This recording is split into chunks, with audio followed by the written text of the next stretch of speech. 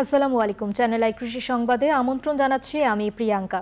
এখনকার সংবাদ আয়োজন একই সঙ্গে চ্যানেল আই এর ইউটিউব চ্যানেলে এবং চ্যানেল আই এর ওটিটি প্ল্যাটফর্ম আই স্ক্রিনে লাইভ স্ট্রিম হচ্ছে। যাচ্ছে বিস্তারিত সংবাদে।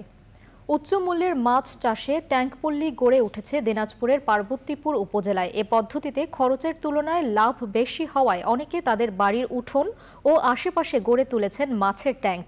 দিনাজপুর থেকে শাহ আলম শাহীর পাঠানো তথ্য ও ভিডিও চিত্রে সুদীপ্তা মাহমুদের রিপোর্ট।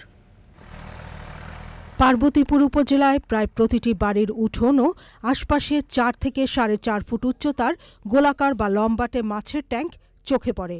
ওই ট্যাঙ্কগুলোতে বিভিন্ন প্রজাতির মাছ চাষ করছেন মাছ চাষি ও বাড়ির গৃহস্থরা। ভবের বাজার, মনমতপুর, হয়বতপুর, জসাইমোড়, ইন্দ্রপুর, পুরাতন বাজার, থানামোড় সহ বেশ কিছু এলাকায় ট্যাঙ্ক পল্লীর সংখ্যা বেশি। ডিম কালেকশন করার 3 দিনের মধ্যে বাচ্চা ফ্রাই হয়ে যাবে।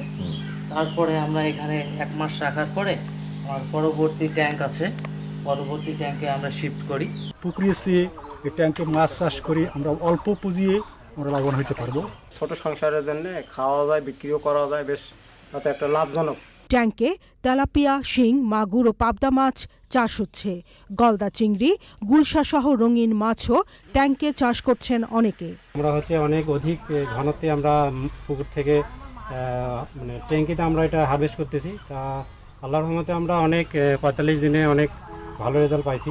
বছর শেষে আপনার 4-5 লাখ টাকা অনায়াসে থাকে যায় খরচ বাদ দিয়ে। পোনাটা ভালো কিনতে পারেন, মানে পোনাটা বাছাই করতে পারেন, এই গ্রেডের পোনা নিতে পারেন, তাহলে আপনার মাছের মোর্টালিটি থাকবে না, মাছের গ্রোথ ভালো হবে। ট্যাঙ্কে মাছ চাষ করলে মাছের দ্রুত বৃদ্ধির সঙ্গে সঙ্গে গুণগত মানও বাড়ে। মাছের উৎপাদন হার পুকুর বা জলাশয়ের চেয়ে অনেক বেশি।